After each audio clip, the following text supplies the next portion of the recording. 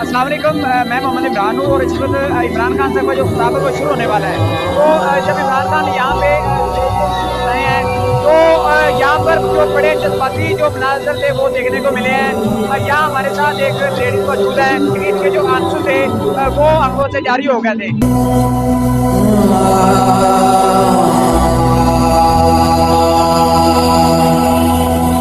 तो इनसे जानते हैं कि इन पर जो ऐसी कैफियत है वो क्यों तारी हुई है और क्या जज्बात है ईद के। अस्सलाम वालेकुम।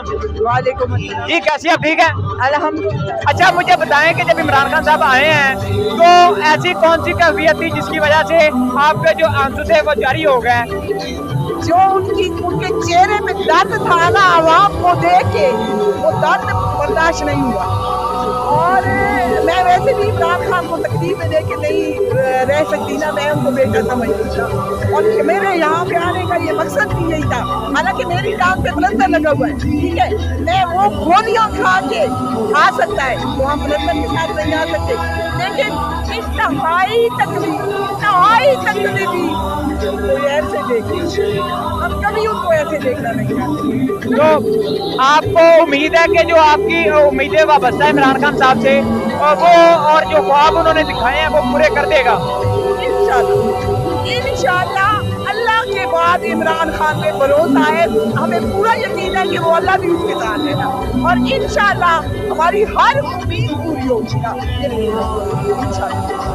ये पैगाम देना चाहती हूँ इमरान खान साहब, अल्लाह ताला इमरान अहमद नियाज़ी साहब, अल्लाह ताला आपको हिफ्ज़ो अमान में रखे ना।